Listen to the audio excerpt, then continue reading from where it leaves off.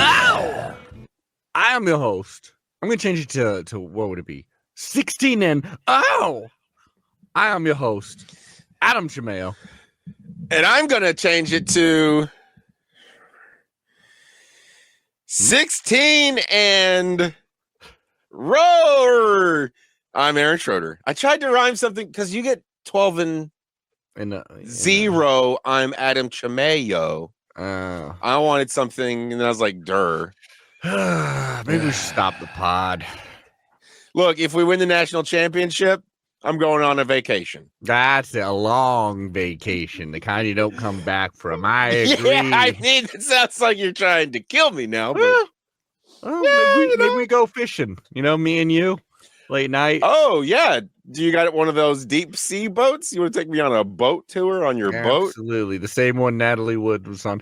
That is right. Quack 12 podcast. We are ready for some football, yet we still got a long ass time. We got so much time that it's kind of actually driving me insane.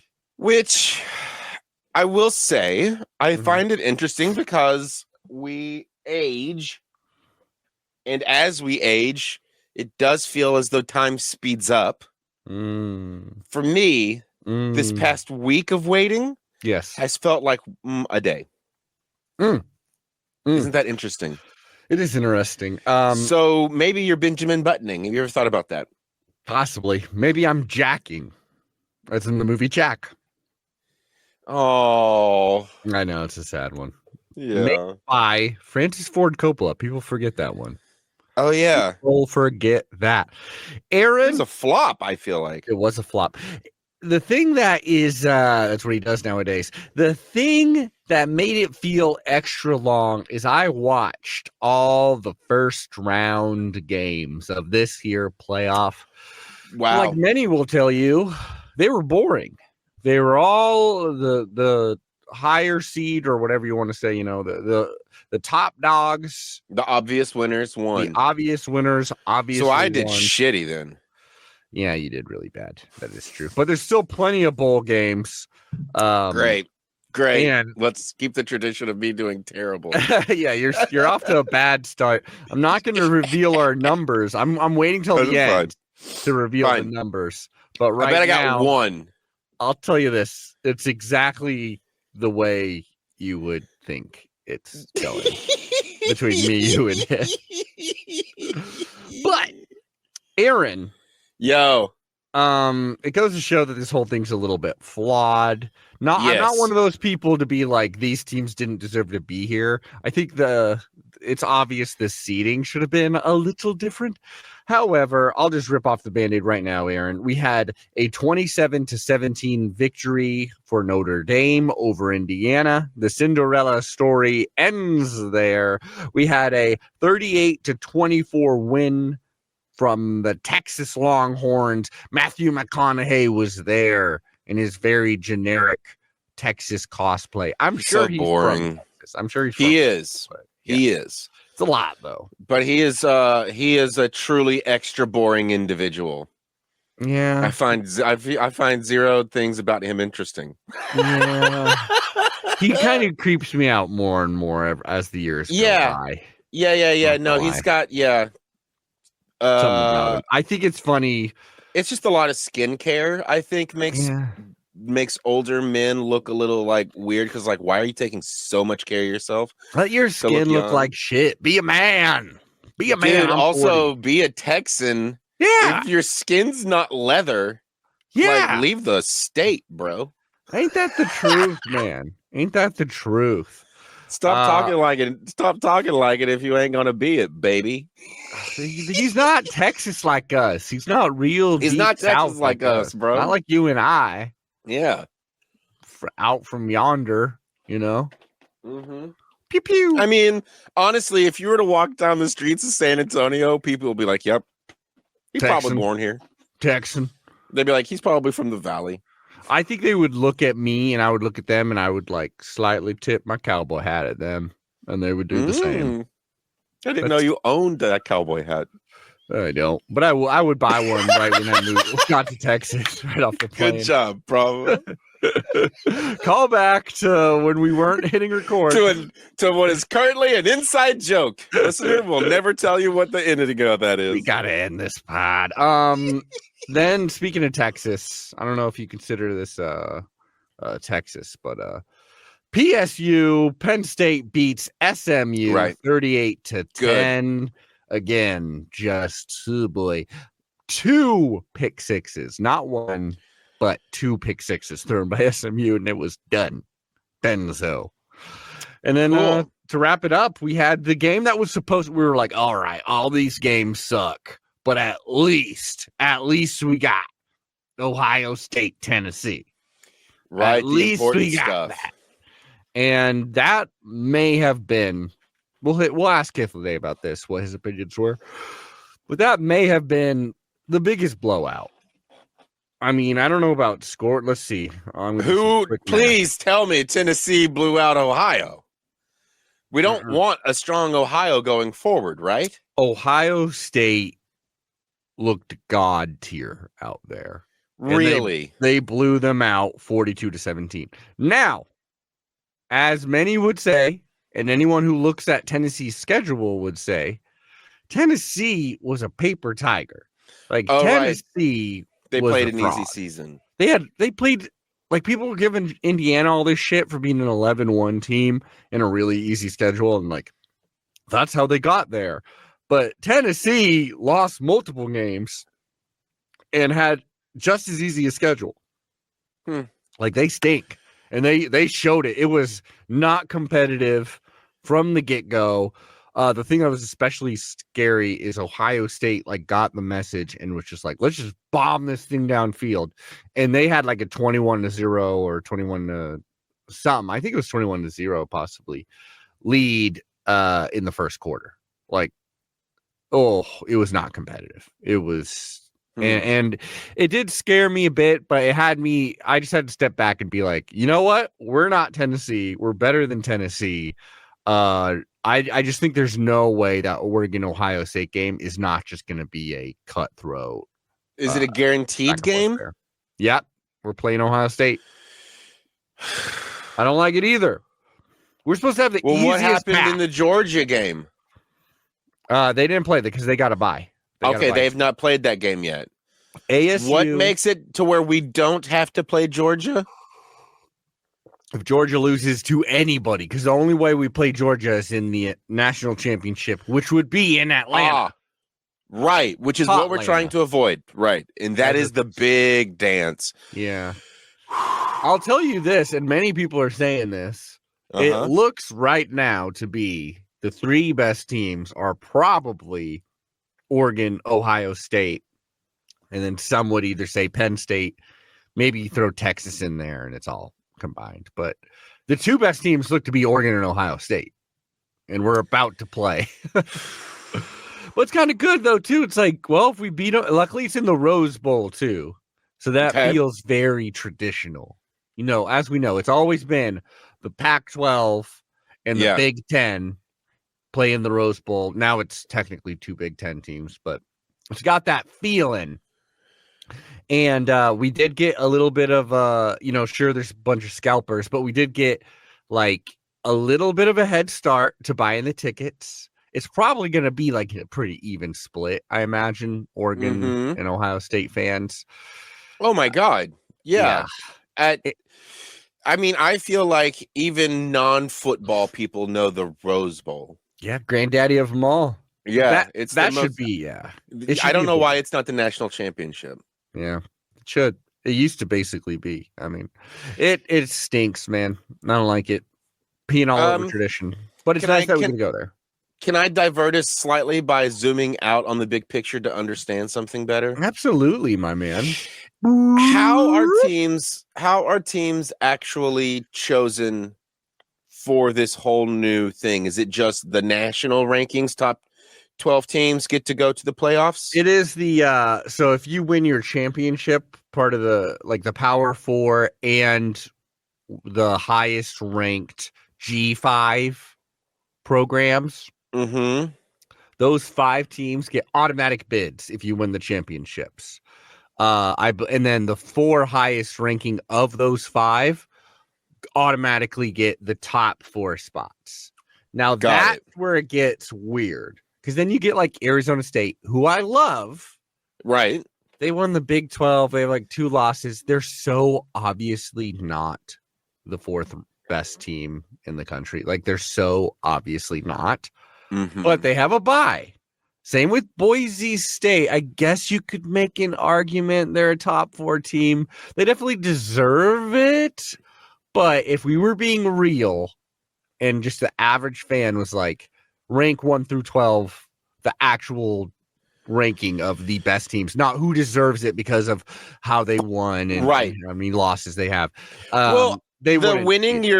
Winning your own little championship. Yeah, that makes sense to me. Yeah, I think so. Most should people, be the way most people want to do it. It makes. We should just allow more.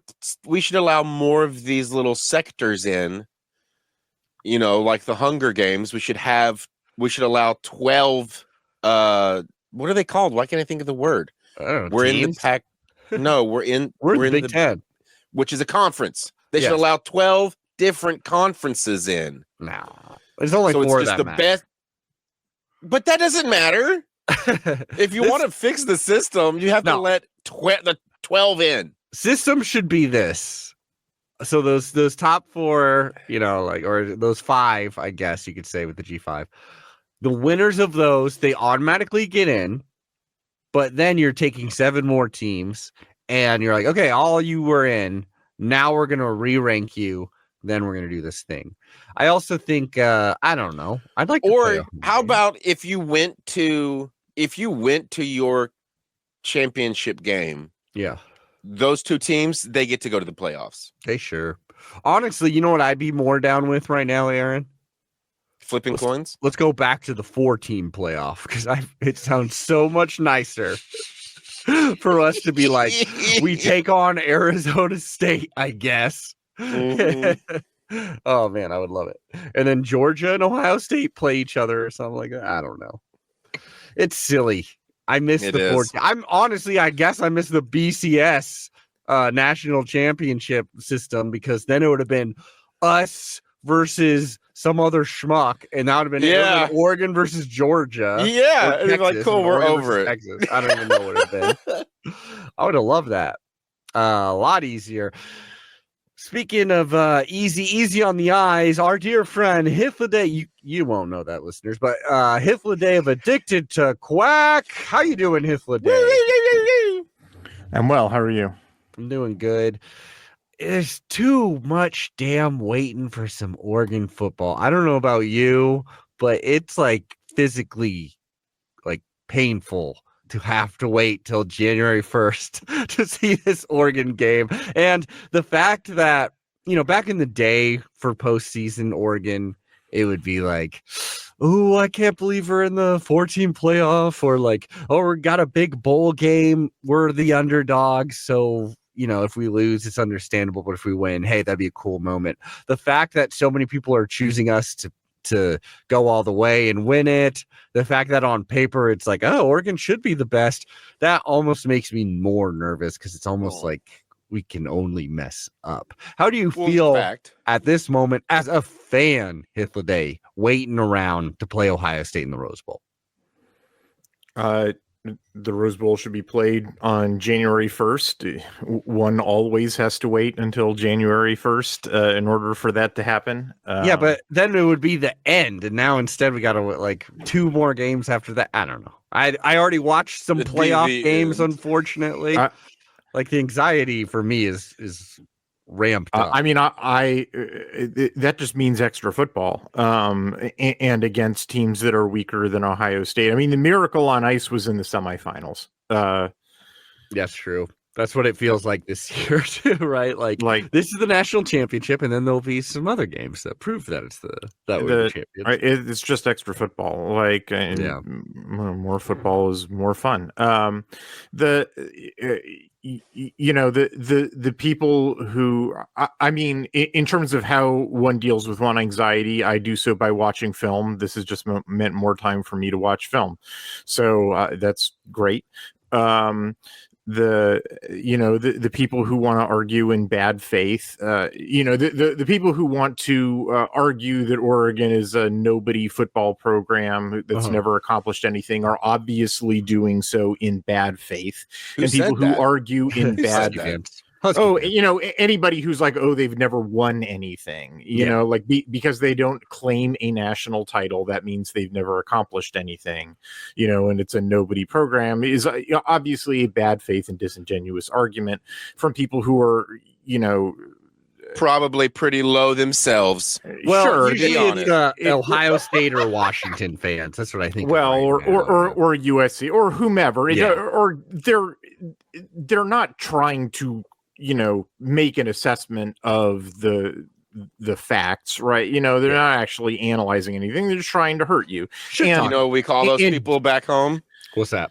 Titty babies. Whoa, that's something. And look, the point is like nothing you or Oregon is ever going to do is ever going to shut people like that up, right? It's not if Oregon goes 16-0, wins a national championship, no one's ever done that before, right? Like 16-0 has never been done before. This would be the hardest national championship ever been won. Like literally no one in history has ever beaten Ohio State twice in the same season. Like this would be the history of firsts, right? Like it would still not shut any of those people up because facts don't matter to those people. Like, they were never arguing in good faith in the first place. And so therefore don't allow them to determine, how you feel about yourself or how you feel about Oregon or, what level of anxiety that you have. You should enjoy the season that has been. And in fact, you should enjoy this season for what has been accomplished already. That's how that's certainly a healthy way to look at it. What I would do is if we lose another game, I'm going to be so upset. Another game? We've never lost a game. What are you talking about? Here's some more analysis. So I pulled down, I excluded from this the teams that are no longer or that are FCS programs or no longer play football. So of the currently existing FBS programs in the history of college football, there are 179 claimed national titles. There are more that are, according to certain people, are national titles, but the schools don't claim them. Okay. So 179 national titles. No, there have been there are fewer years of college football than there are 179. So that means there Does that Michigan cheating season count as one? Because get called out afterwards? It still counts, yes. Okay. So first of all, that means in several years there are like 2 or more teams that claim national titles. So that's fun. Obviously up until there was the BCS, so that was 1998. The vast majority of college football history did not have a game, an officially recognized game in which they played for a national title. Although in some of those years prior to 1998, there was like a bowl game that was sort of the de facto, like, okay, we recognize that the Rose Bowl this year between them. So, but for a lot of, a whole lot of them, the majority of claimed national titles, it was like, well, we just think that team is the best, and it was declared by newspaper writers. for 147 of those 179 claimed national titles, so about 75% of them, the number of wins, by the team that claims that national title it's 12 or fewer wins, right? Mm-hmm. So Oregon has already exceeded with 13 wins, 75% of the field, that claims national titles. So you're saying we can start claiming one right now? Yeah, and in fact, all the other ones are illegitimate. So wait, hit the thing. Fact, are you here? I got more of them. There are 32 national titles are claimed with 11 wins. 33 are claimed with 10 wins. 34 titles are claimed with 9 wins. 10 wins. 34 are claimed with 9 wins. 20 national titles are claimed with 8 wins. And there are 9 national titles that are claimed with 7 wins or fewer. Pittsburgh claims a national title with a 4-1 season. Nice. Funny. And many of those teams were only white players. The majority of national titles that are claimed are with white-only teams. Yeah, there you go. But without scholarship limits, there's a bunch of other stuff. If Oregon wins a national title, it will far and away be the most difficult accomplishment ever done, and basically it illegitimizes basically all but I would argue maybe 4 or 5 national titles that have ever. It's just and furthermore, I don't know, that may be going too far to say something like that, but the folks who argue, who are saying it's not an argument, it's just something to say, it's a jab, they're like, oh, Oregon's never accomplished anything. Your team has unless you are LSU in 2019 or Georgia in 2022, it's a very small sample. You've never accomplished anything because hey, TCU fan, who claims a national title from 1940. Never trust anybody from TCU, dude.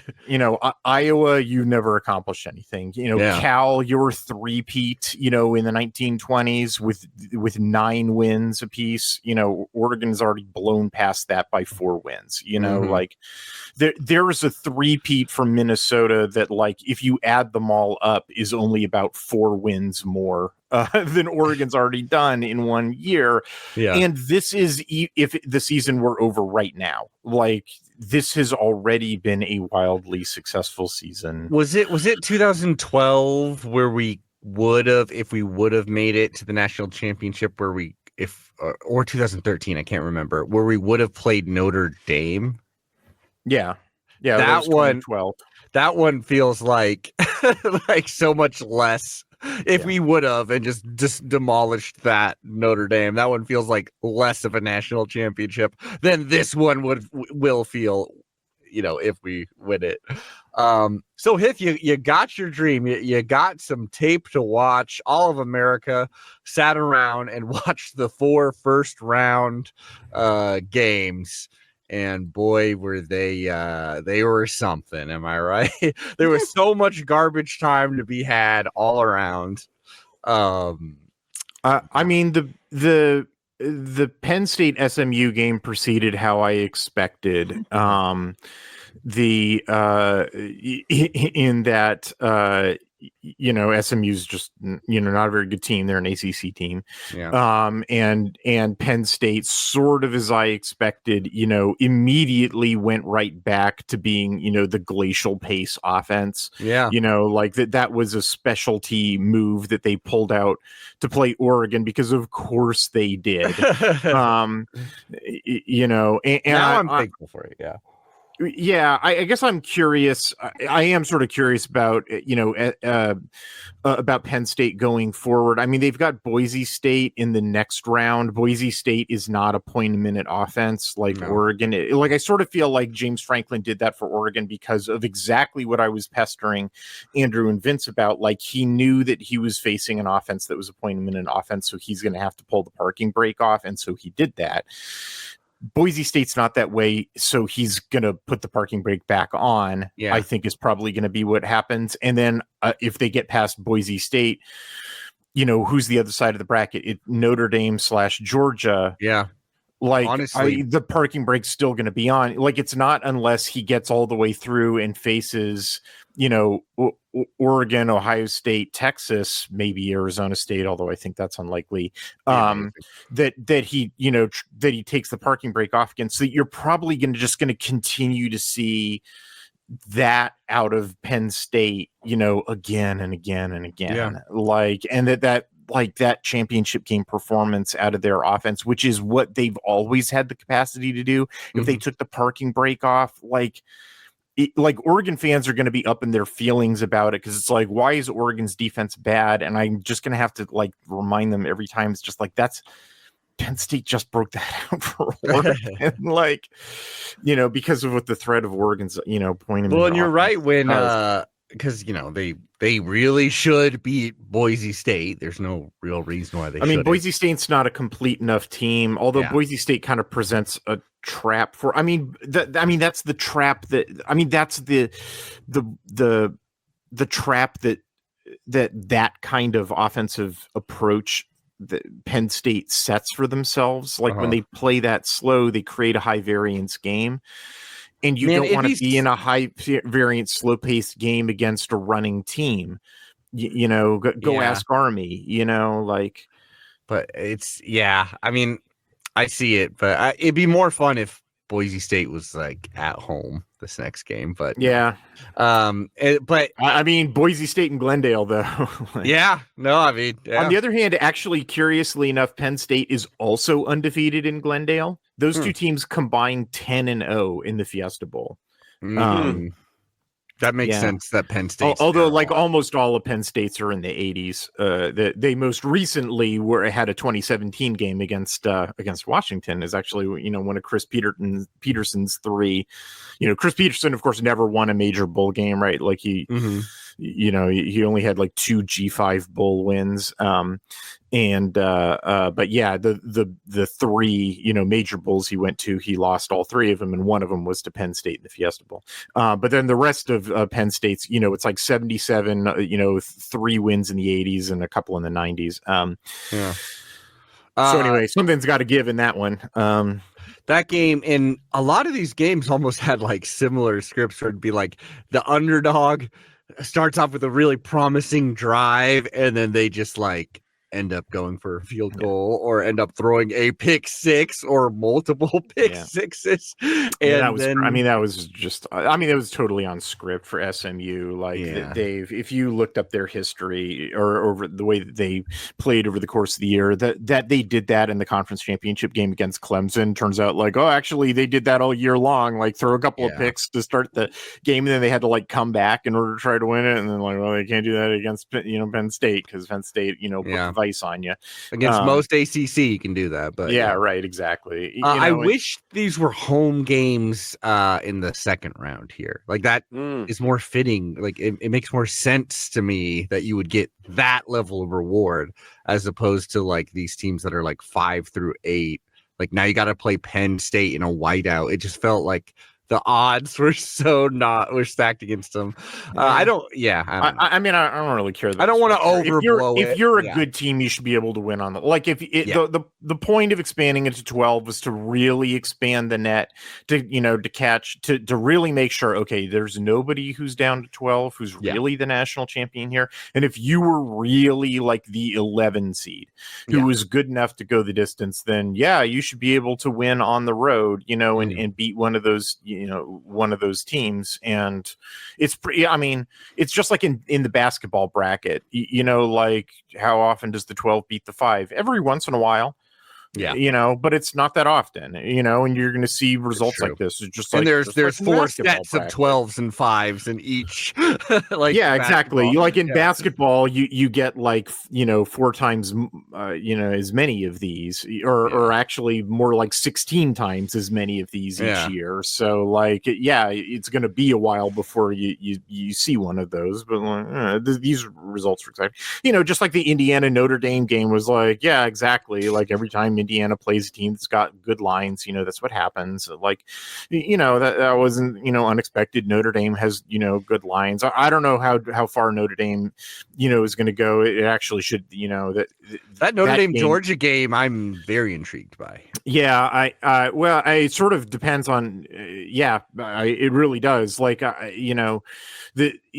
both of those teams are actually big fat question marks because we really have a hard time pegging how good the SEC is. And we really have a hard time pegging how good Notre Dame is. Why? Yeah. Because the Notre Dame plays this weird hodgepodge schedule because they're not in a conference, but they're sort of half in the ACC. Right. But like that ACC... whole weird thing where they played USC and Stanford. Gotcha. Yeah. Right.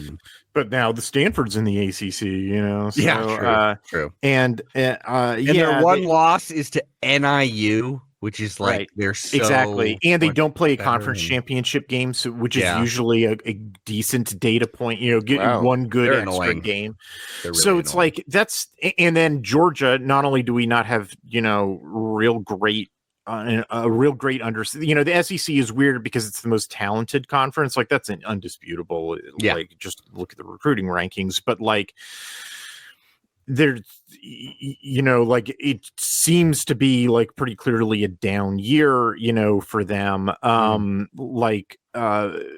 And Georgia, on the other hand, Georgia definitely played the toughest slate of any of the SEC. Like if you just look at like who the top teams in the SEC are, like Georgia played all of them, whereas Tennessee, on the other hand, ducked all of the, or almost, like they played, a much weaker end of the slate than Georgia did. Like Georgia, simply for having survived, what was maybe in a down conference or, in a down year for the SEC, by SEC standards, but it's the most talented league. Like, I don't know. On the other hand, they're missing their quarterback. On the other hand, that like their quarterback was probably the single biggest problem with the team. Yes. Like, it's an interesting game. It might be kind of a rock fight. I think it absolutely will be. Yeah, I'm kind of, again, I just want Georgia knocked out for the peace of mind of being like, we don't have to play Georgia and Atlanta. Like, I know it'd be for the epic sake of it. It'd be like, oh, then we beat Texas in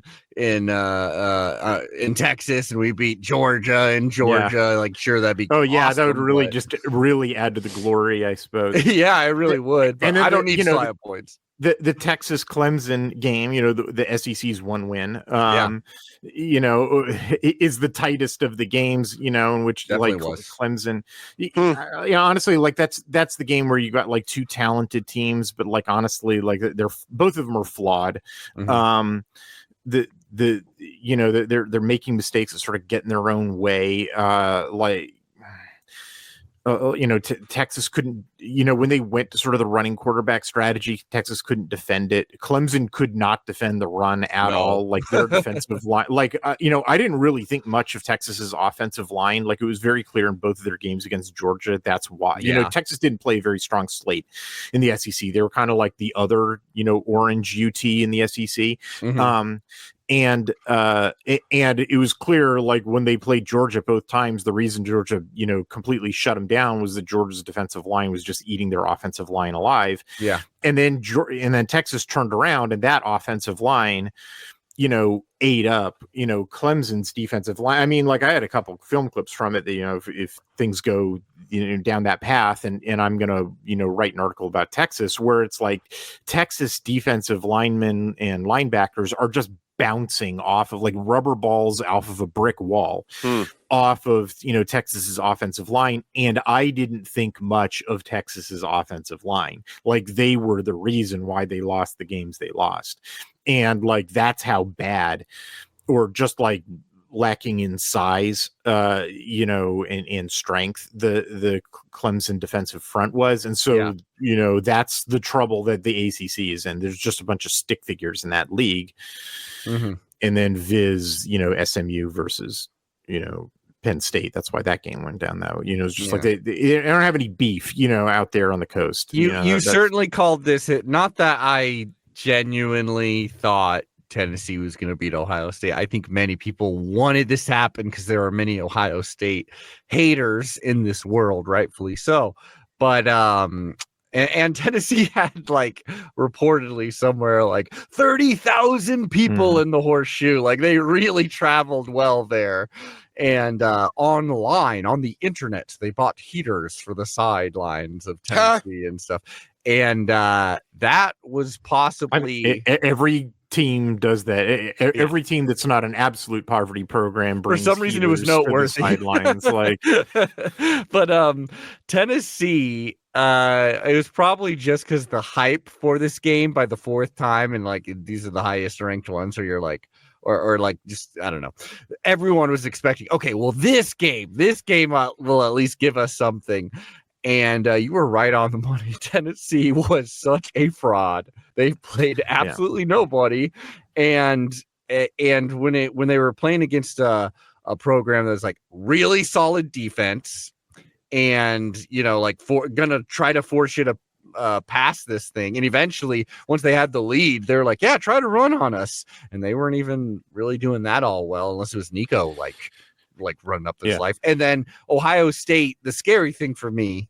Not that it means anything for the Oregon game, but truly just unleashing it in the passing game like they always should. Yeah. Like that's what it seems like it should happen. Yeah.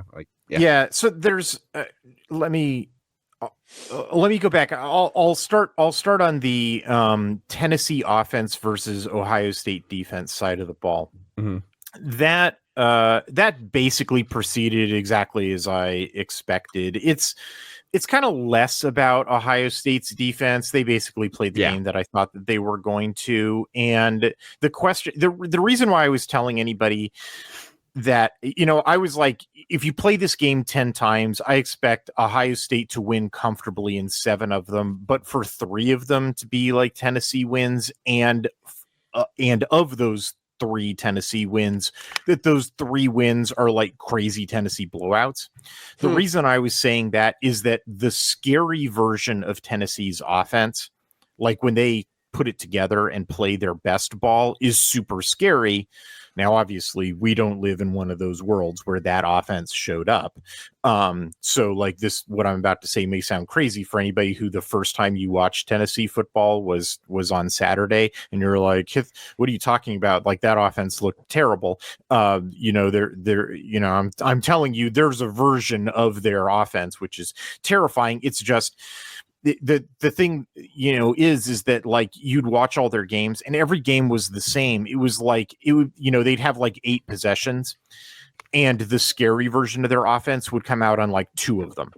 and it would be like at the end, it's like, I'm not kidding. So what's their deal? Why can't they convert that? They're stupid.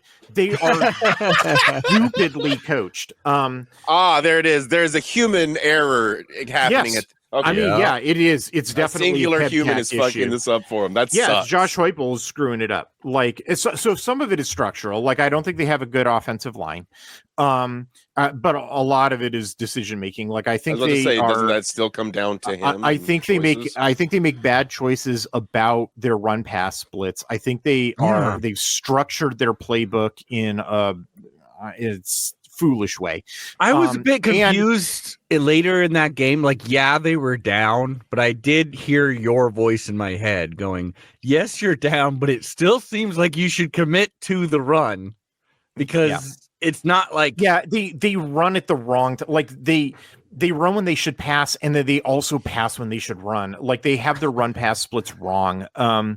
They're not generating sequencing correct. This would take a long time to explain, but I watched a ton of Tennessee football because like I already had all the Ohio State film watched. So like I spent this whole month watching Tennessee ball, which now I'm not going to write an article about them, but like I stuffed so much Tennessee into my head that I was just like watching this game I was totally prepped for it. Anyway, the other thing about this game is that they're totally botching which receivers they throw to.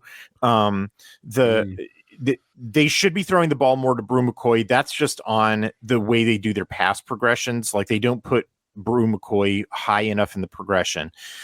They also they have another inside receiver named Squirrel White, who's kind of their Tez Johnson. He's like their inside receiver, little Spider-Man guy. Dude's name is Squirrel White. Correct. Okay. I know. I love. Just wanted to make sure he's great. I love that guy. I'm pretty sure I grew up with that kid. If Oregon could get him to the transfer portal, I would actually love it. I mean, we need a new Tez. Yeah, his. Oh God, I love that kid actually. But the problem, his numbers, squirrelies. His numbers look like trash. The reason is because he's a smaller guy. His catch radius is not super big, right? Mm-hmm. Like you can't just throw the ball anywhere and he'll go get it because he's not super big. Yeah. You have to be a somewhat accurate quarterback in order to hit him. And the problem is Iamaleava is not a super accurate quarterback. He's Aiden Childs, all over again. And so he kept missing him. But like if you had Dylan Gabriel throwing to him, like, yeah, that'd be pretty good. And so anyway, that's another problem. There's like a ton of throws go to him, but they're inaccurate throws that he can't catch. And then the third problem is they have a total bum playing starting at a Z receiver, number 17. I forget his last name, but his number is 17, who can't catch anything like that. That's the problem. And they don't have Dante Thornton, actually the Duck. Dante Thornton, whose numbers are the best in college football in terms of his per target numbers. Like he has like a 70% success rate and unadjusted 19 yards per target. Like it's bonkers how good Dante Thornton has been for Tennessee. And then they're not starting him. And he's getting only like 10% of the targets. It's absolutely nuts. And then in this game, they only had him out there on like 2 plays. I don't like, he might've been hurt. Like I don't know. I had most of the commentary. I remember hearing I can't stand those guys, but like they said something about him being not 100%. Yeah, so like if either they're making a bad choice or he's hurt and unavailable, but either way, not having Thornton, that meant when I said like play this game 10 times in Tennessee, you might win 3 of them. That went to 0. If they did, because when I said there's a scary version of their offense that nobody can stop, like the Thornton is key to that. And if they didn't really have Thornton, then all of that just went out the window. And it's 10 out of 10 Ohio State wins. Yeah. Okay. Herb Street was fucking annoying in that one too. You made the right. Yeah, that's why I muted it. So that's and then the rest of it is just like their offensive line's not good enough to stop. Like it's just bad to stop Ohio State's defensive line, and so therefore the instant the game becomes anything other than chuck the ball to McCoy and Thornton, which like I don't think Igbenogson or Burke could. If you had a passing strategy that was just basically what Will Howard was doing with Ohio State's receivers, which is YOLO balls to those guys, like basically if Tennessee played Ohio State's game, which was YOLO balls to undefendable wide receivers, then you could have just seen a heavyweight match. Like remember that Penn State Utah Rose Bowl a couple of years ago? Like you could have just seen that, but you didn't see that because Thornton wasn't in and they're too stupid to throw to McCoy. Yeah. And so therefore you just saw one half of that. So anyway, so now to that side of the ball. So I did see a lot. I guess I'll put it this way. Tennessee, I think I said this on this podcast. I can't remember if I did or not, or it was a different podcast. I said this.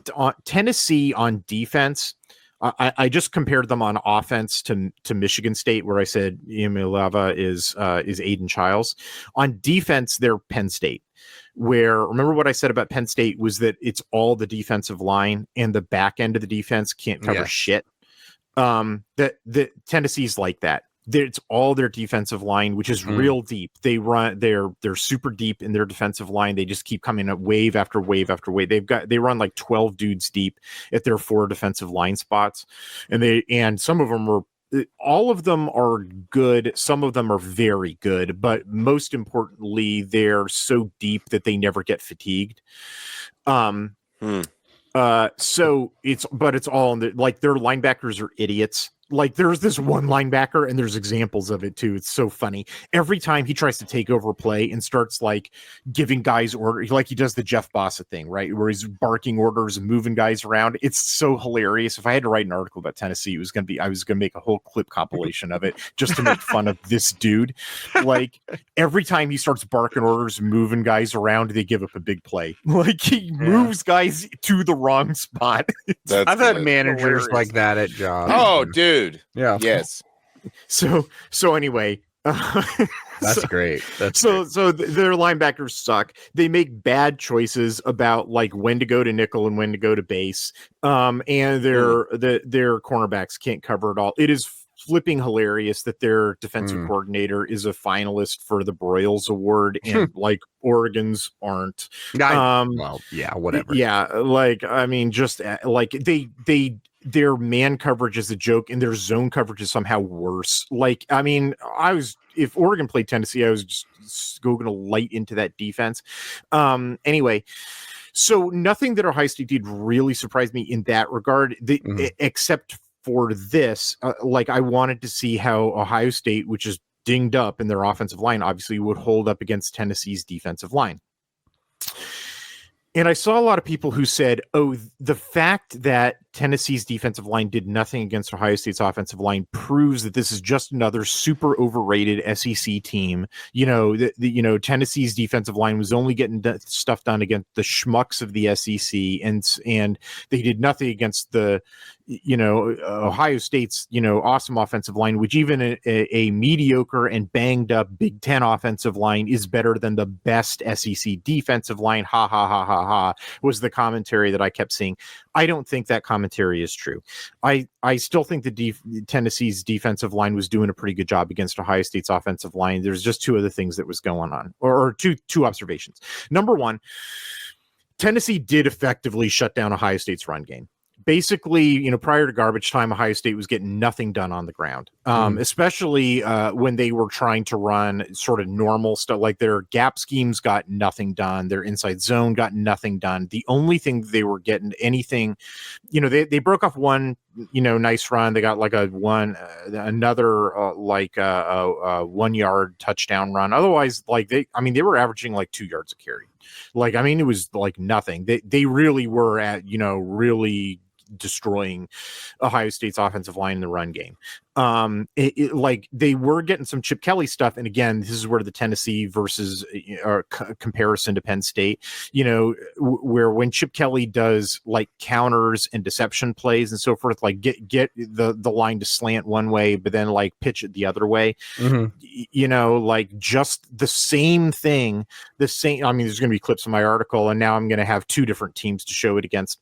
I'm going to have, Chip Kelly versus Penn State, and then Chip Kelly versus Tennessee to show these types of plays of like, here's Chip Kelly deception run plays, where when he's facing a super aggressive defense, and he can get them to all go one way, and then he pitches it the other way, and then they get yards going that way. Yeah. And Tennessee would fall for it because they're full of dummies. And it's a joke that their defensive coordinator is a finalist for the Broyles Award and Tosh Lavoie is not. They're the kids painting the fence white because it looks really fun. Right. That's what that Huck Finn and Tom Sawyer fooled into doing so. Yes, exactly. Correct. So the explain the joke, Hitler. It makes it funnier. You're right. We got some dumbass listeners, all right? Book.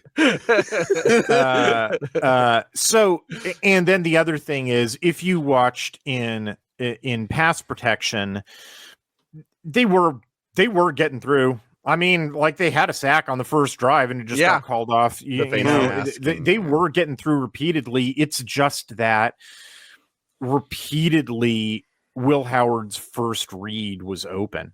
Yeah. Because Tennessee was so bad on the back end. Like, there's a play I'm about to tweet out after we get done with this podcast where it's like they're in man coverage and they forget to assign somebody to the number 3 receiver who's Ibuka.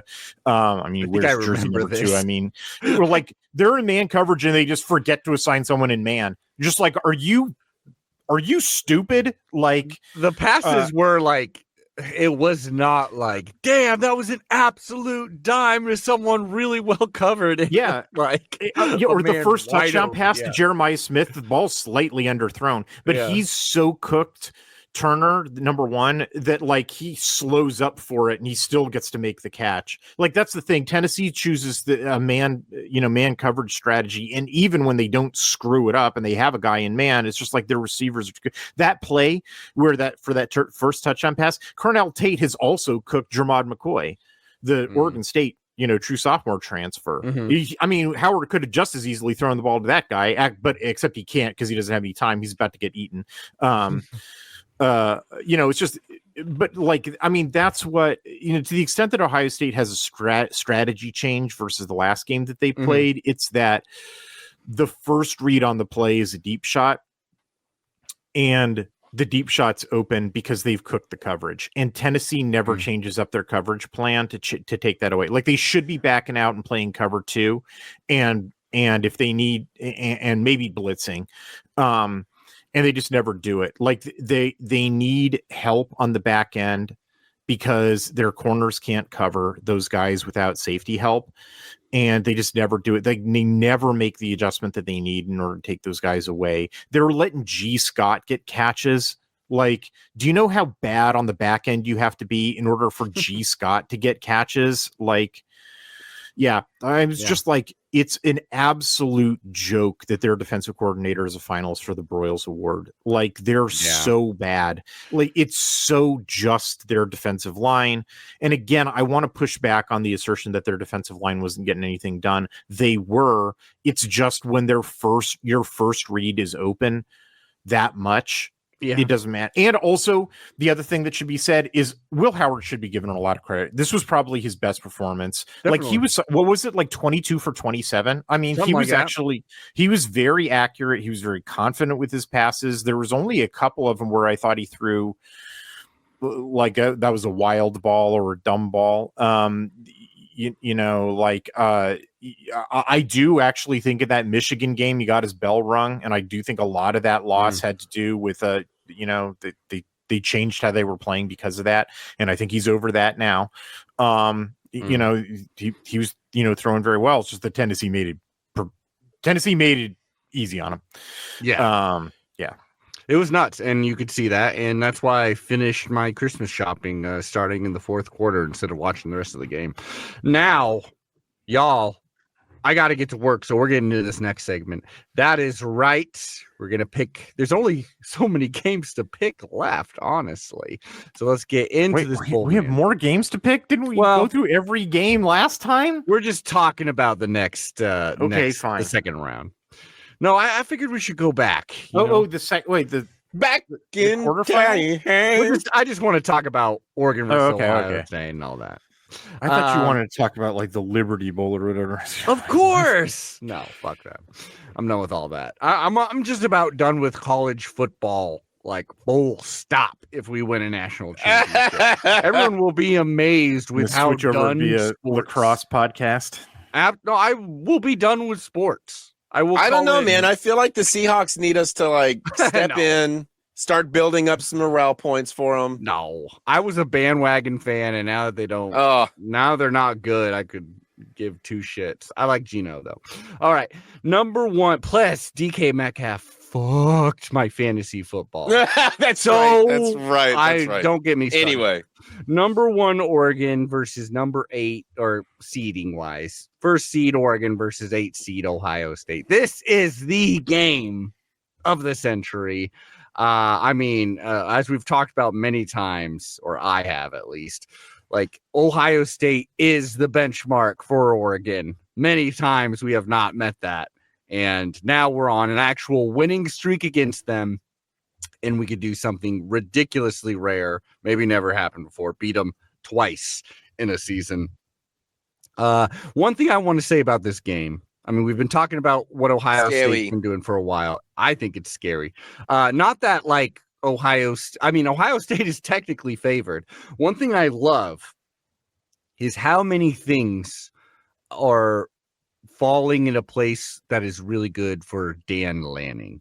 Because if this was like a Mark Helfrich team or a Mario Cristobal team, I would be really, really worried about the amount of time we have not played football. Like, sure, we're practicing and scheming and such, but I would be worried that we're going to come out a little flat. And that's still a possibility. You never know. Sure. But I love how much, first of all, like fuel, like as motivation Dan Lanning's received. I've been like, okay, suddenly we're not favored. Suddenly ESPN's given us like a 12% chance of winning the national title behind like 3 other teams. How many first and second teams don't include Ducks, like for All-American or All Big Ten? Like it's insane how none of our coaching staff is receiving any awards for, going 13-0 in the best conference. Like there's so much just motivation bulletin board material going on here. And I love that the Ducks got to watch Ohio State. They got to watch what they're doing right now. They get a scheme, and meanwhile they can draw up some pretty crazy things. I'm sure it's like balls to the wall. You are not holding anything back against Ohio State in the Rose Bowl. The fact that Ohio State's not going to hold anything back. They're either. not holding anything That's back, scary. No. But I just love how all that is matching up. We played them. Sure, we played them at Autzen, and yes, it was a close game, but there's no reason to think that the Ducks can't take it. It's going to be all 4 quarters, even if it was a slow start. I really just can't imagine us getting blown out in this game, certainly. So I'm very excited for it. Everyone's excited for it. The national, talk about this is like, this is basically the national championship game, and Ohio State's gonna, they look pretty dang good. Like I love that people are still doubting us, even the only undefeated team, even being number 1 off of a bye. Could be more excited. Aaron, you have been covering the Oregon Ducks since 2017. How do you feel about this moment? This is the 3rd Ohio State matchup you've covered, and we've won every one since you've been a Duck fan. Oh, wow. Really? Yeah, because we played them this year, and then we beat them under Mario Cristobal. That's right. Yeah, of course we're going to win this one. It's a no-brainer. Yeah. I mean, I think we all got the Ducks going all the way, but what are your, I'm not just asking you to pick. I'm asking your thoughts, your feelings. Oh, I don't have any thoughts or feelings. I think that, that's why you're a great co-host, my man. I know. What's going to be, does Ohio State have to play a game before this game? No, this is it. Oh, okay. So they're hanging out too. Yeah. We got a bye. They had to do the play-in game, essentially. Which we got to watch that game. Yeah. What's their injury report look like? Kind of the same it's been. They have had a couple of serious injuries to 2 O-line starters, but the people they've replaced them with have been like essentially the same level. Though offensive line is still like, some would say, not a strength versus elite teams. Yeah, I think this game seems scarier than it's actually going to be. It'll be like that game we just played where we're always up by 2 scores. Against Penn State. But for whatever reason, your brain is telling you it is very close. But it's not. You're up by 2 scores consistently. I'll tell you this. They hit me again with the factoid. How many minutes have we been in the lead in all of our games for the season? I don't have that in front of me, but large majority of them. Why do we have you on if I can't just have you recall random data things I've made you make off the top immediately? Yeah. It is I sent this to you on November 19th, right? But a little under 11%. Okay. It's only been more since then. Well, I agree with you, Aaron. Have trailed. They've been tied for a certain chunk, but they've trailed for a little under 11%. Right, which is which means we've been in the lead all the rest. So, well, No, and they've been tied for a chunk of it, but we don't count that part. Ties don't count in football. all right. I agree with you, Aaron, that it's kind of comforting, kind of nice that we had that game against Penn State, who in that moment was an elite offense.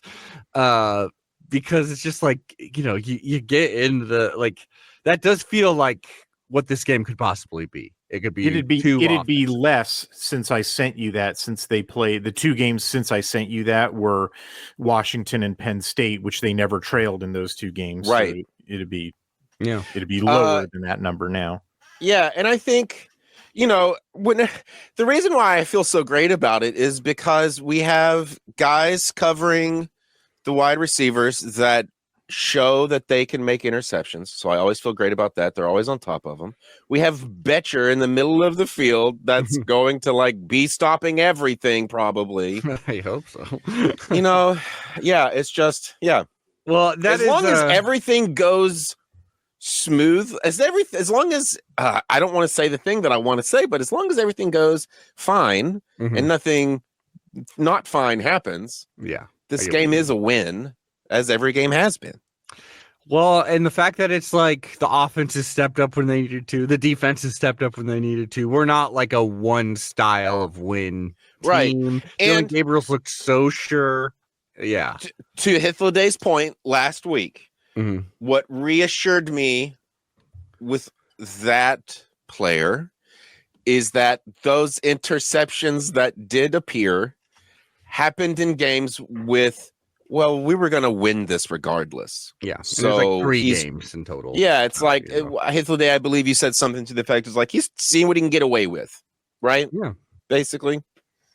Yeah. Testing the limits. A true Top Gun, if you will.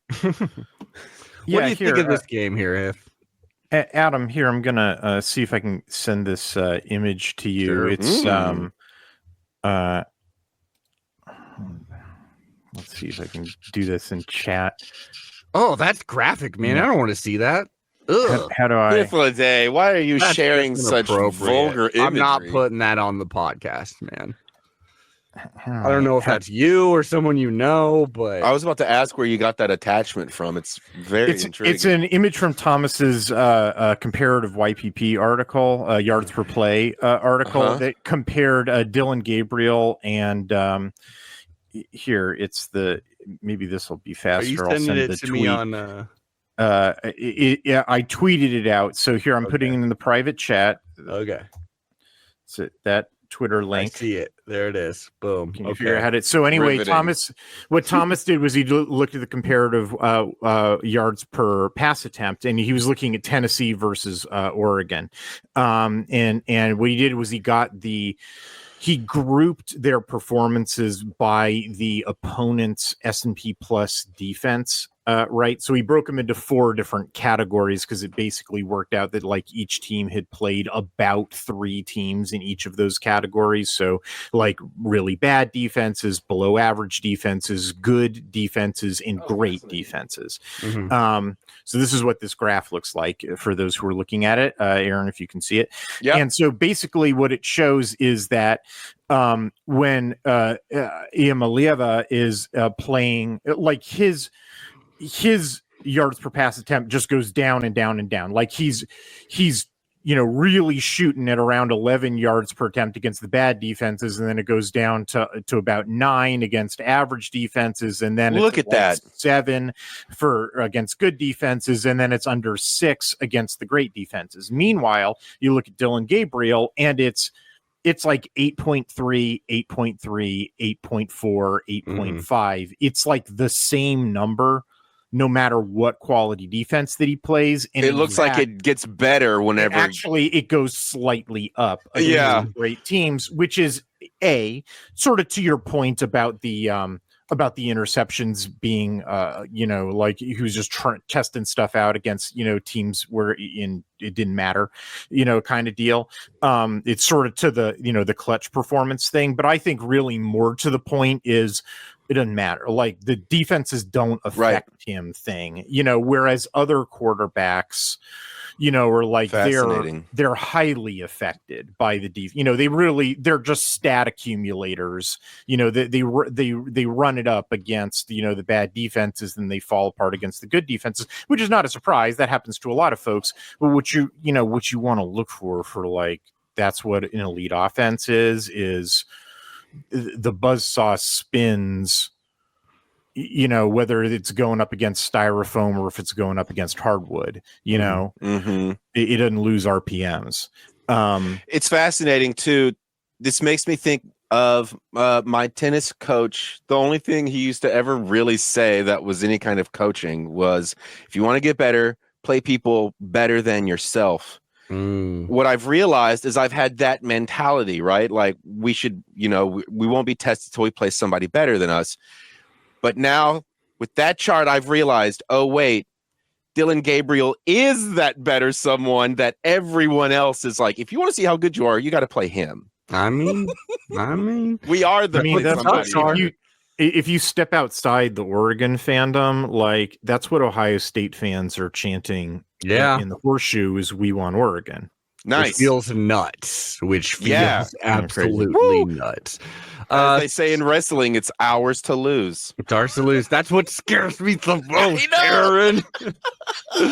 Well, it's great. Like, that's, Oregon is the team, and as well, Oregon is the team by which other teams, measure themselves. Mm-hmm. It's, in some ways, I think it actually sort of explains the lack of awards thing. Like, there's some disrespect that's going on, and part of it is being a West Coast team, and dealing with East Coast media, and like the awards committees are made up of East Coast folks. But a large part of it is like, the team doesn't have standouts. Like, it doesn't have, one dude who gets all the attention as being, because it's a team. And it's consistent. Like, it doesn't have, we were down and then we rallied, and so everybody pay attention to this phenomenal performance, this, mind-blowing, heartbreaking, incredible thing. It's just this buzzsaw that never loses RPMs. It doesn't even have a single pass rusher who, when he's out, we don't have a pass rush. It's like we have multiple of those even that have had and look at all the guys. Oregon was operating for much of the year without Jordan Burch. Oregon was operating for much of the year without Tez Johnson. Oregon was operating for much of the year without Trayshawn Holden. Oregon was operating for much of the year with offensive line, a weird situation at guard. What are the strengths of Oregon's team? Well, they've got Tez Johnson and Jordan Burch and a great offensive line. Like, that's how deep it is. Yeah, it's like, who's our best offensive tight end? It's like, you could have a debate. Well, he was out for much of the season with appendicitis. Oregon calls really, consistent, top level. They're the only team that's, top 10 by raw metrics, in offense and defense. Oh, but their coordinators don't get nominated for the for finalists in the Broyles Award because you don't expect, because that's what you expect out of the Duck. That's what I'm saying is, like, the reason why they don't get nominated awards is because the Oregon just performs the way you expect them to. Right. And the folks who get nominated for awards are people, just like Coach of the Year stuff, like Cignetti won those awards. Of course Cignetti won those awards because people weren't expecting that out of Indiana, because they didn't read my article. And because they don't give a shit about Dillingham, I suppose. Well, actually, who is nominated for one of the Broyles Award, who is a finalist? Is Dillingham's offensive coordinator at Arizona State. You know who that is? Marcus Arroyo, right? Marcus Arroyo. There you go. Of course. Marcus comes full circle because people weren't expecting that. Right? Like, those are the things, the folks who are nominated for those awards, the people who get those, those Big Ten, player of the year stuff, is where it's like, oh, we weren't expecting that.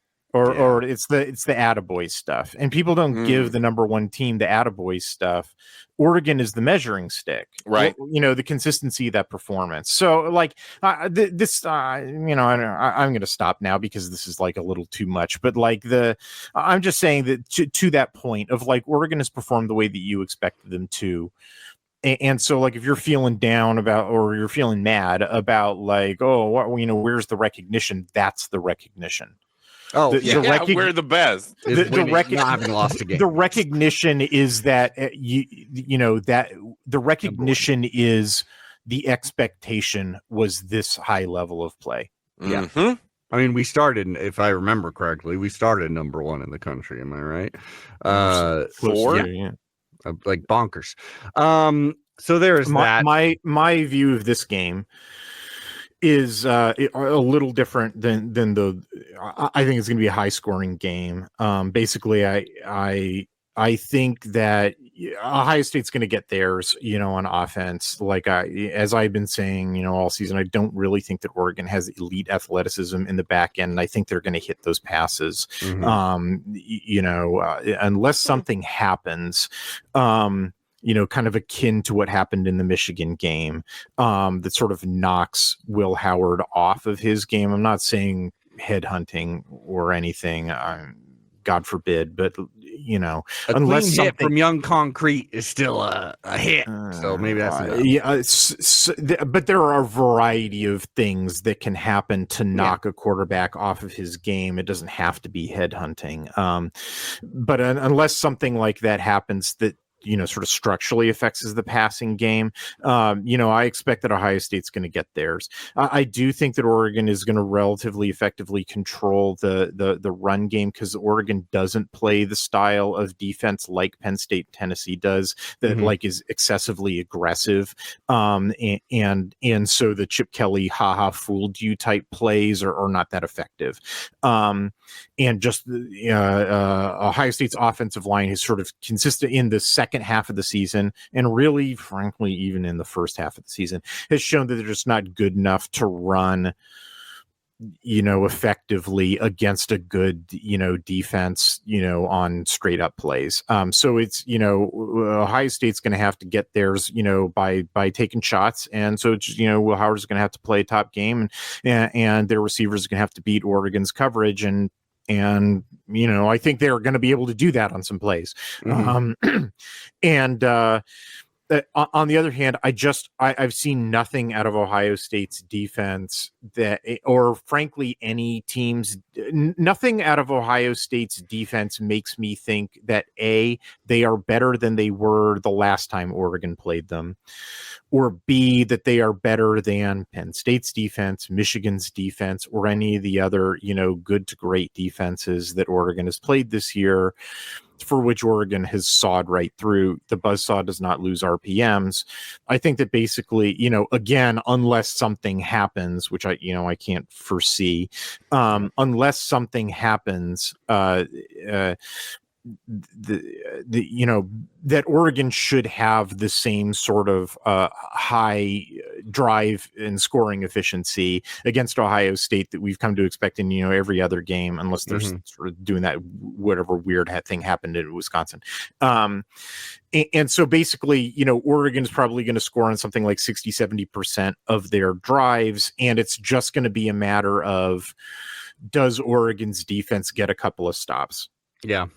Right. I mean, it honestly feels like the game when we played against Washington in Washington.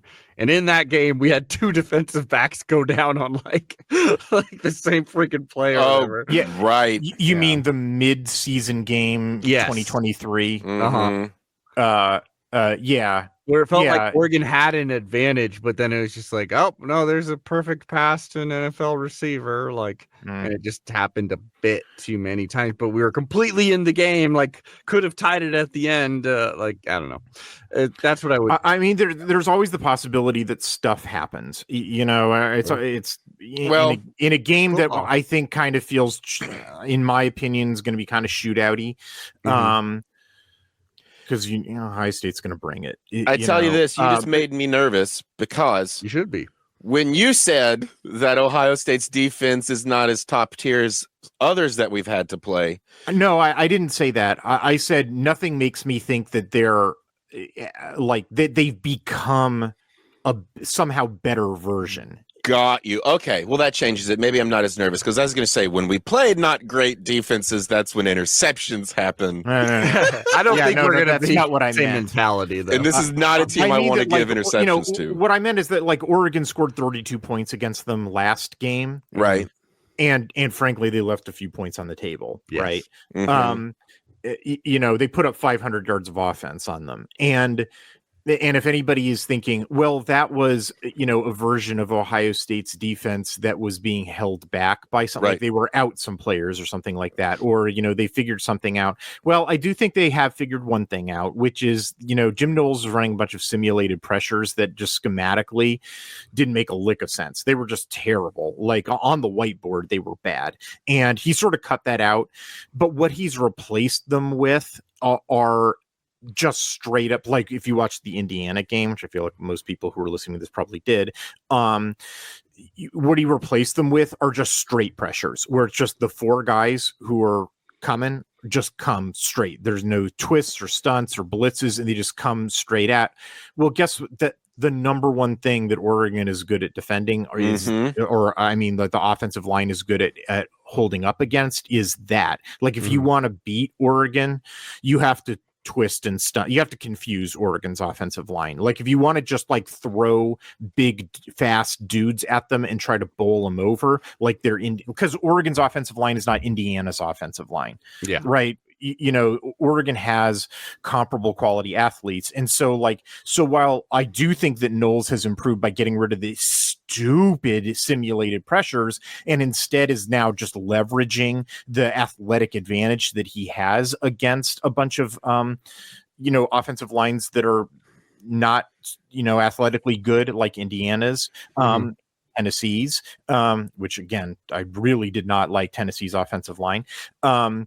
That's not the game that he faces against Oregon. And so I don't think that he has a comparative advantage there. And so therefore, that's why I say nothing about the way that Ohio State is playing in the back half of the season makes me think, oh, now they'll be able to defend the Ducks. Gotcha. Yeah. It kind of is. Look, nobody's been able to defend the Ducks. Penn State, which had like the number, I think 3 or 4 F+ defense, wasn't able to, they gave up 45 to Oregon, right? No one has been able to stop the Ducks. So I think that basically, unless something happens, which again, like no one can, the stuff that can happen, no one can. The things that can't be named. Right. I that's always the caveat, but like Ohio State will have to do something special to beat Oregon. However, they have a bunch of special players, so it is possible. Sure, or just like freak plays. Like you always have to bracket that stuff. But I'm just looking at this from fundamentals. It basically, Oregon, Oregon performing, nominally, given the fundamentals, scores as many points as they like. Yeah. And for Ohio State, and Ohio State is capable of keeping up. Definitely. Like, they're definitely, of all the teams that Oregon played, Ohio State is the team that is most capable of keeping up and if anything, outscoring Oregon. And so therefore the game comes down to, okay, Oregon needs to get a couple of stops. And Oregon's defense is capable of getting a couple of stops.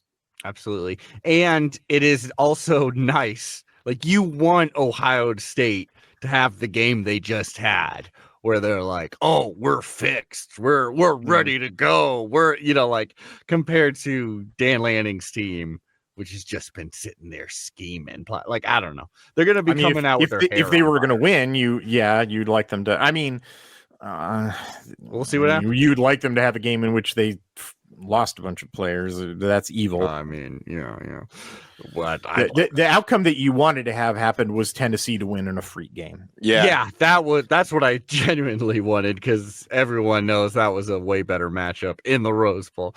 But so there we have it. Where Tennessee fans blew all their cash reserves to go to Columbus. That's exactly and buy a bunch of Rocky Top and the jukeboxes. Ugh, and then they had to be in fucking Ohio after that loss. Like, that's what a honeypot. Let's get it. So I got 3 more games I want to really quickly talk about. Mainly just throw some picks out there, some thoughts. I ain't got a lot of time. Number 3, Boise State versus number 6, Penn State. It'd be pretty cool if Boise State won this game. They've only lost 1 game this season against the Oregon Bowl part 2. Earlier in the postseason, we had Idaho versus Montana State. That was the Oregon Bowl, and now we get another playoff game of teams that have lost to Oregon. No joke. In my head, there is no reason why Boise, like just the two styles of play, what they got on the field, talent wise, the way Boise State wins, the way Penn State wins. There is no reason why Boise State should win this game. I mean, I love Jonty, but like, there's just no. Yeah, basically, Boise State is Penn State, but just with less talent. Yeah. Like they don't even have the option, and they've got one amazing running back, instead of two. You know, they're a little less amazing than Jonte, but they've got two of them.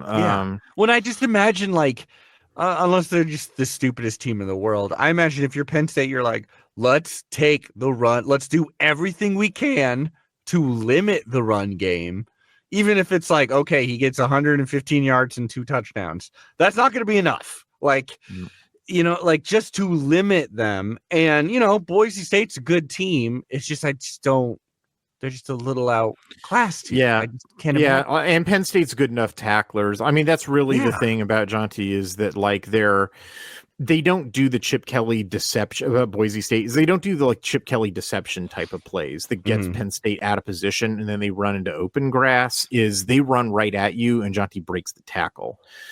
And, like, you know, I sort of feel like, I mean, he's probably going to get a couple of those. Yeah, I think he's going to get a couple of those. If he gets to the third level, Penn State's safeties can't tackle at all. Like number 1 and number 6 for Penn State. I've forgotten their names already, but I know their numbers. Like those guys are the worst tacklers as safeties I've ever seen. Like Jonte will break a couple like of those, but their linebackers, forget it. Their linebackers should be, you know, okay. And they have to know that it's coming. On the other hand, where you were going with that is do everything that you can to stop the run and make Madsen beat you with his arm.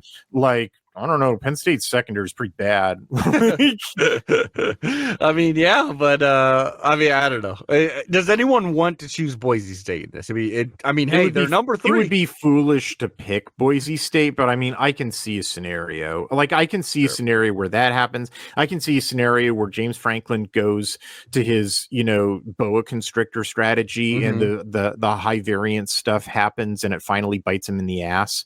I mean, all season, we've had games just like the Minnesota game. Yeah, just like he went to overtime against USC. Like he has a 1-point win against Minnesota. Like he keeps playing these high variance games, and he just, you know, barely avoids losing by dint of having more talent, and the other team kind of self-destructing and making bet. Like PJ Fleck made a really stupid choice kicking a field goal at the end of that game. He played Lincoln Riley in that USC game. You know, like, you know, is Boise State going to make, you know, it feels like Boise State game at the end, like, has got to come out here and literally be like, we know what they're trying to do. They're trying to take our run game away. And I think this is kind of true for any playoff team.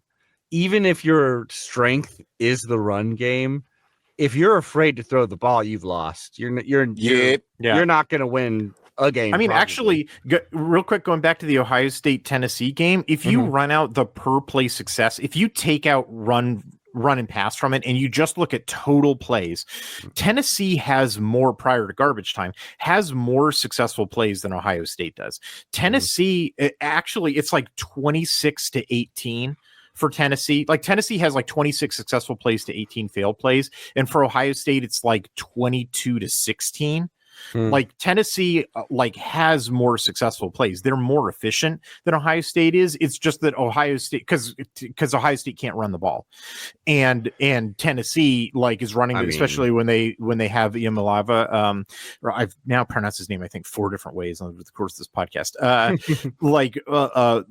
You know, where it's like they need 4 yards and they get 4 yards with him running the ball. But that's the problem, is that with Ohio State, their successful plays are like 40-yard passes. Yeah. And with Tennessee, their successful plays are like 3-yard runs. And like, how long did it take him to get a completion? Yeah, exactly. That's college football for you. Yeah, exactly. So that was to back you up what you just said. Like if you ever become afraid to throw the ball, you've lost. You just lost. Doesn't matter how efficient you are. You eventually got to take advantage of it. And if Boise State came out and was just like, you know what? Fuck it. We're throwing it. Like we know what they're honing in on. that would maybe give them a shot, and that's, you got to play that way. Same with Arizona State. Okay. Aaron, who you picking with? Who you picking? Yeah.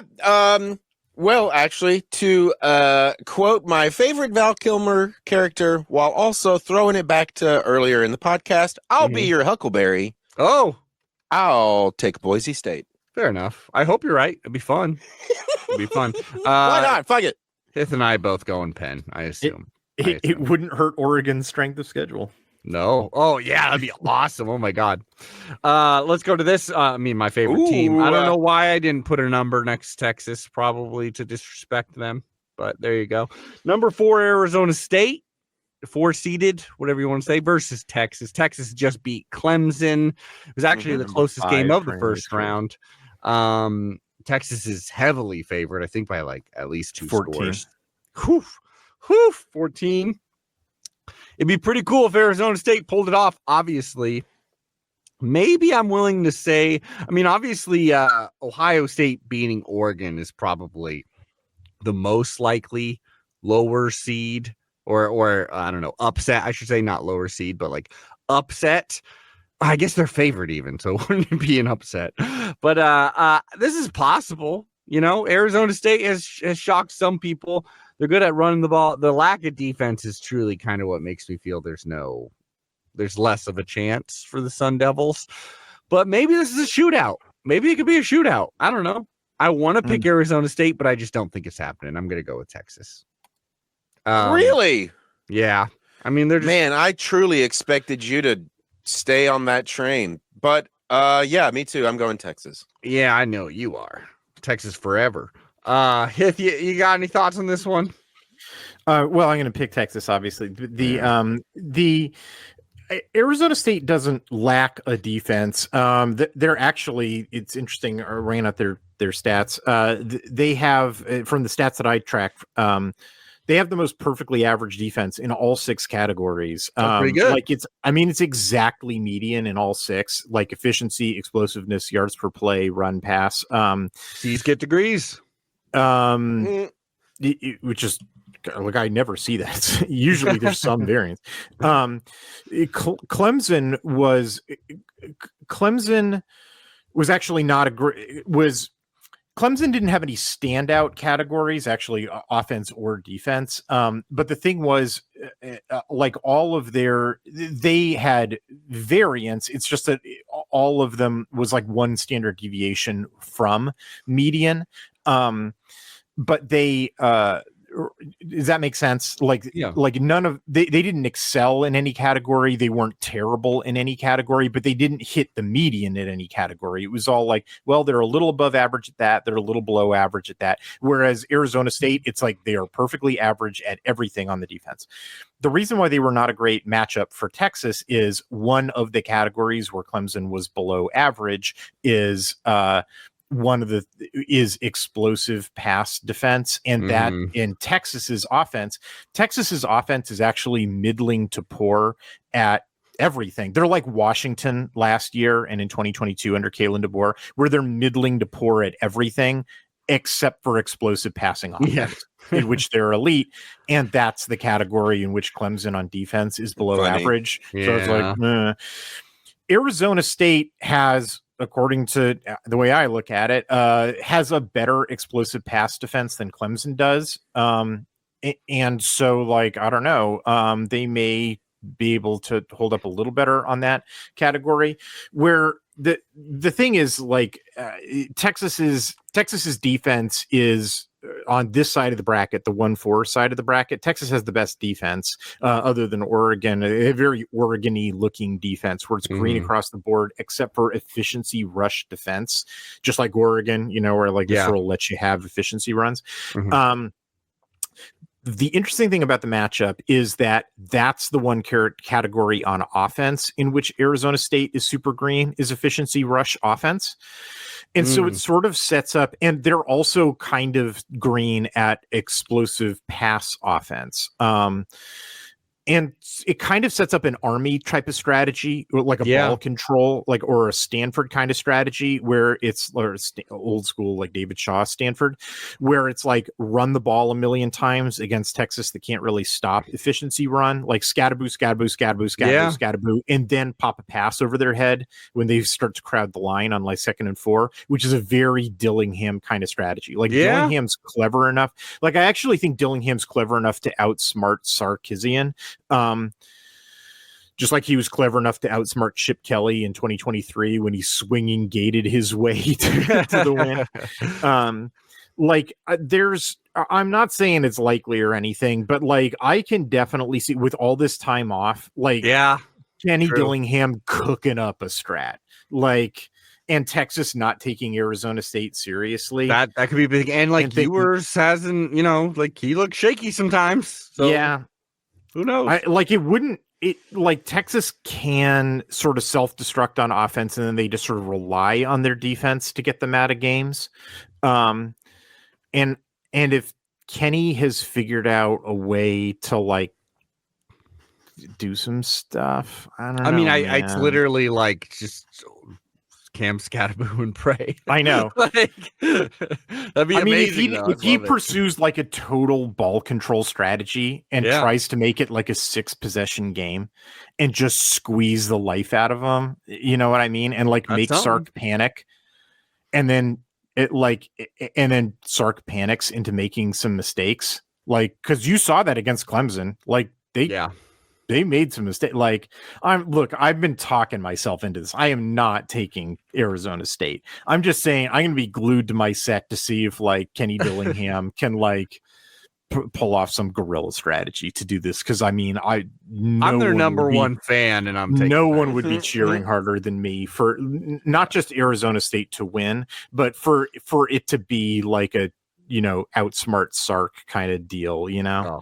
That'd be amazing. I mean, he's way past 7 wins, so he's due for a loss. And then the final, we've got number 2 Georgia versus number 7 Notre Dame.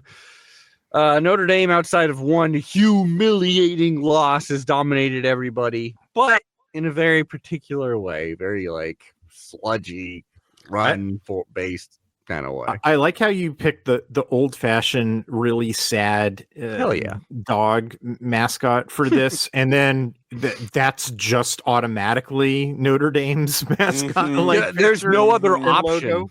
The website I go to find the old school logos, they're like, and here's Notre Dame's. We're still rolling with the racist piece of shit. Yeah. Hey, we love it. Italians and Irish people, apparently you cannot be racist to them because you can do an impression of them in modern day society and everyone still thinks it's funny, including me. And then this, like Georgia, this is the dog to represent this team. Like, yes, they deserve to be in the playoffs. Yes, they deserve to be a 2 seed, I suppose. But they've been looking a little, I mean, they're still, I don't know. These two teams are actually, I think it should be a pretty good matchup. And I'll take Notre Dame just to not do all the favorites here. I could see a world in which, I mean, and Georgia won't have their starting quarterback. Sure, he hasn't been great. He's been kind of throwing a lot of picks, but that's enough of a difference. It'll probably be a low scoring game no matter what, just because style of play and because they're defense focused. I could also see, though, Notre Dame's terrible kicking game, like biting them in the butt. And that would be something that maybe cost them. Aaron, who are you picking? You know what? 'Tis the season to be Catholic, Adam. Give me Notre Dame. I suppose it is. That's good. And who you got? Well, I guess I'll be contrary and go with Georgia. Fair enough. They're pretty good.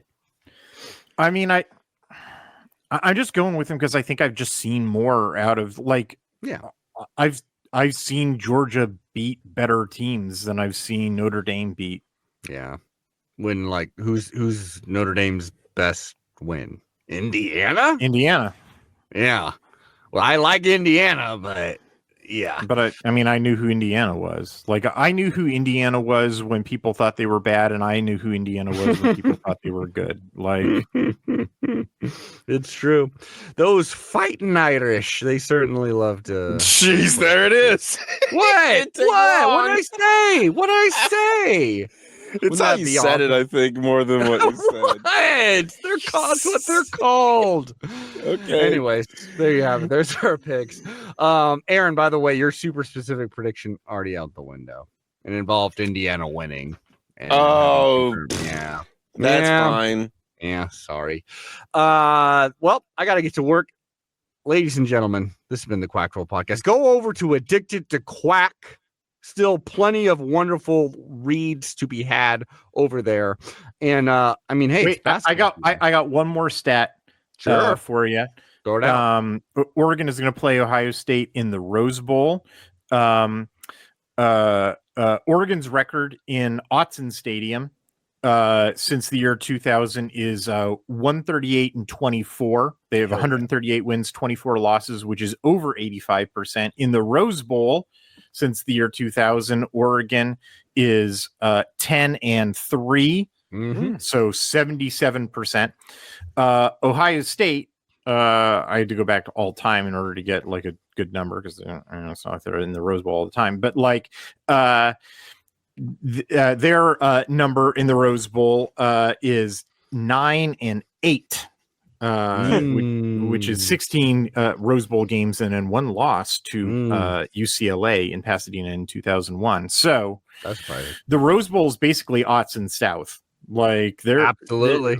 Oregon basically, treats the Rose Bowl like it's a home game, whereas Ohio State is basically like 50-50 in the Rose Bowl. So that's a recruiting opportunity down there for the Ducks. And we're about to be 9-3 versus the Ohio State Buckeyes. Aaron, why don't you take us out with just some words of wisdom, with some pump up for these Ducks who are about to play one of the absolute biggest games in program history. You cannot jump over the bar if you are the bar. You can only continue to float higher and higher. And Adam, by God, that is exactly what we're going to do. Absolutely. We're basically going to start next season undefeated completely. Unfortunately, you and I will be on holiday. Oh, yeah. we long gone. We've already started our movie podcast by our unsuccessful movie. We are the best, and that's just the facts, Jack. It's also maybe true that we're bad guys, but who knows? Absolutely. Jury's still out. Absolutely, and to that I say, fuck everybody. Yeah. All right, we'll see you all next week. Quack, quack.